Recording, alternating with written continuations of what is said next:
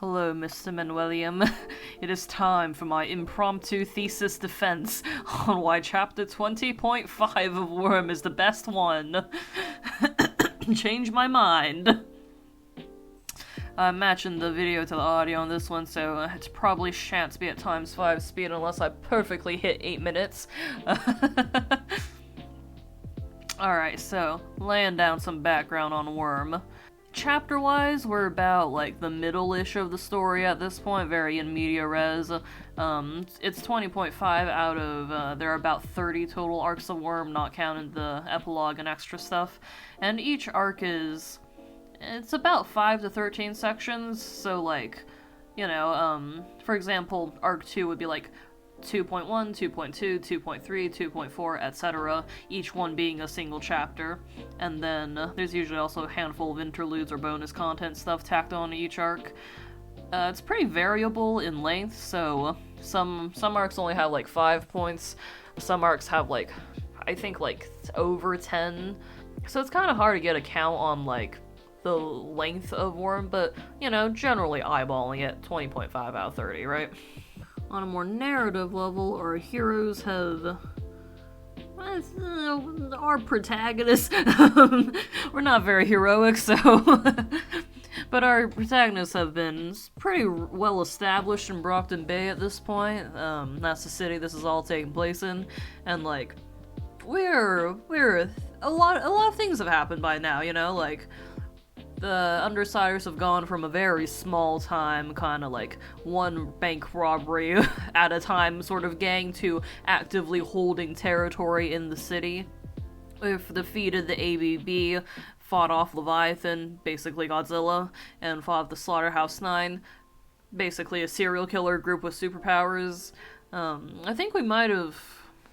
I can't remember if we've killed Coil by now, but we may have done that. But, point is, people know our names, people know us around town, the Undersiders are, they've become something to be reckoned with. They've fought either with or against, sometimes both, with all the other major factions in town. And because they're now actively holding territory, we're really, solidly in the gang warfare section of Worm, where we're playing Warlord with the city streets. It's IMO, the best part of Worm. On a physical level, the infrastructure has been pretty recently destroyed by Leviathan, the side effect of having Godzilla walking through town. And it's kind of been just a string of disasters one after another for the city. So, in Arc 20, this is the first time in a pretty long time, it feels that Taylor actually has to go back to high school just to take care of some shit. That isn't really relevant to this chapter, but, plus stuff's happening. And while she is there, in plainclothes, the heroes show up and box her into the cafeteria with the other students and try to arrest her. And this is the sort of the setup for 20.5. She's got no weaponry on her, she's in her civilian clothes, she has no tools on her, it's just her and a couple of allies in the crowd who are just people who don't even have superpowers, but we've interacted with so far, who are, helping run the gang and stuff like that, because we've officially gotten to the point where we have employees. Achievement unlocked for gang warfare, I guess. Now, this scene is actually kind of a big deal because of two things. Up until this point, firstly, Taylor has not actually given up her secret identity yet. No one, her dad doesn't know that she's off being Skitter and, playing Warlord.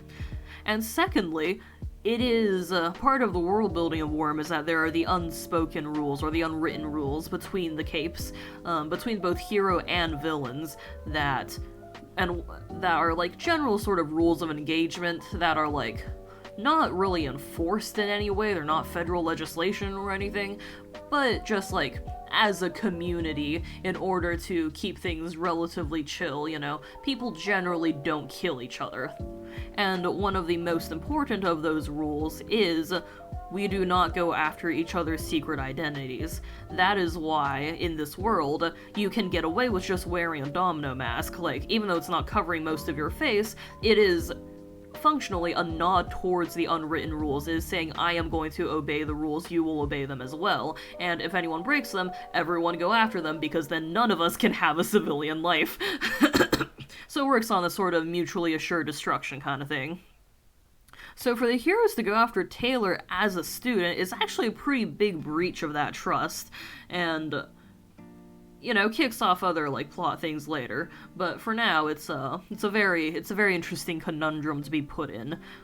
So we have Taylor here in the cafeteria, about 300 students with her. She's trying to figure out what the fuck is going on, what the plan here is, and the two main heroes who have been sent to arrest her, there's also a couple of wards tagging along, are, Arms Master, though at this point I believe he's going by Defiant, and Dragon. She's got a very interesting deal that I shan't get into right now, but they're both Tinkers. They both have basically mech armor for all intents and purposes, and, like, you know, pretty solidly outclass her in the moment.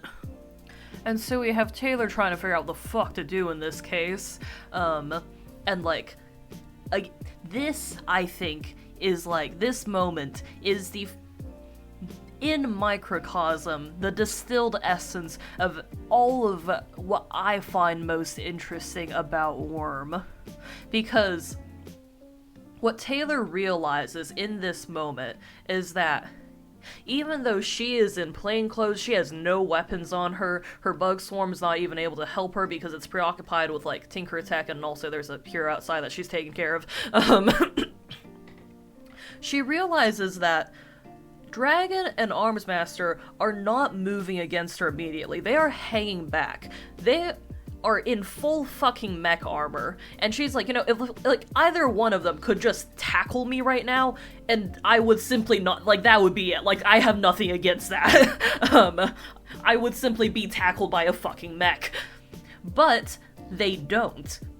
And, like, in this moment, because of all of the previous chapters where Taylor and the Undersiders have used their wits and their resources to get their way out of insane situations because they are feared in Brockton Bay now, the heroes do not immediately move on her. They're trying to suss out her, they're cautious, they're trying to suss out her angle. And, like, if the heroes chose to arrest her right now, they could do it without any problems.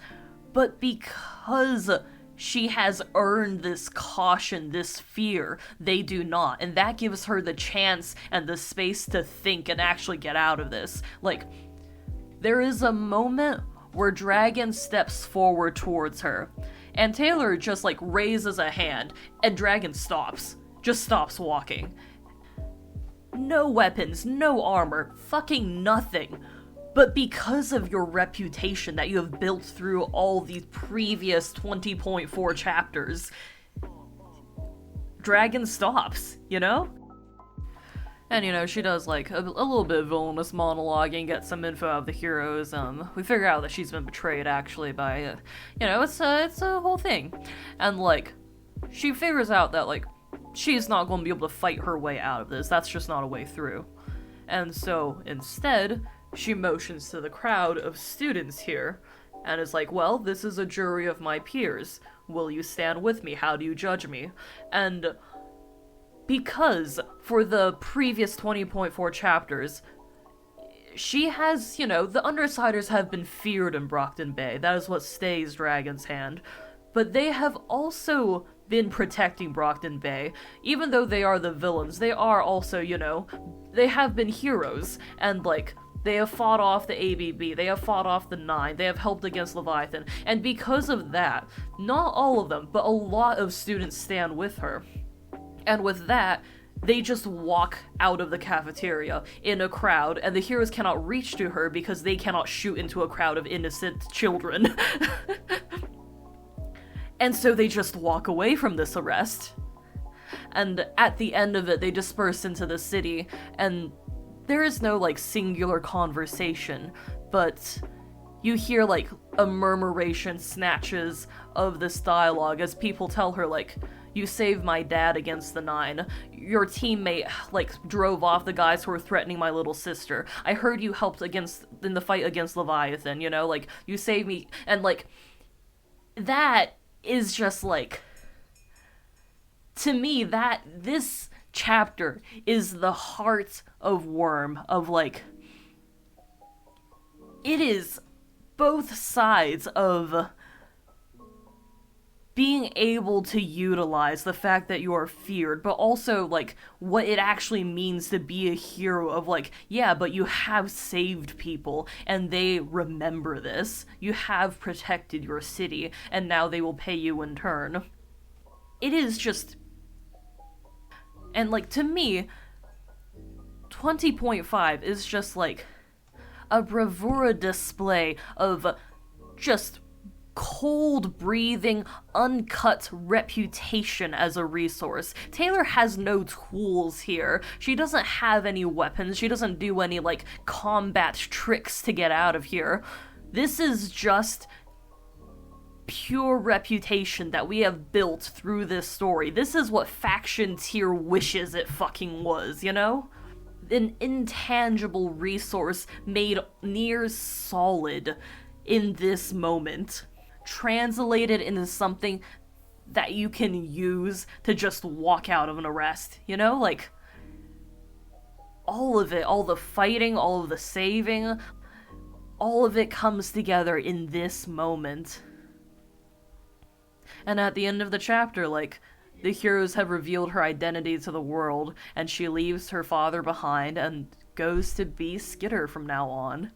And it's like, it's just such a good chapter. I will never get it out of my head. But yes, that is my thesis defense of Worm. Until next time, Mr. Manuel, which might be soon because I really need to rubber duck debug a lot of fanfic stuff.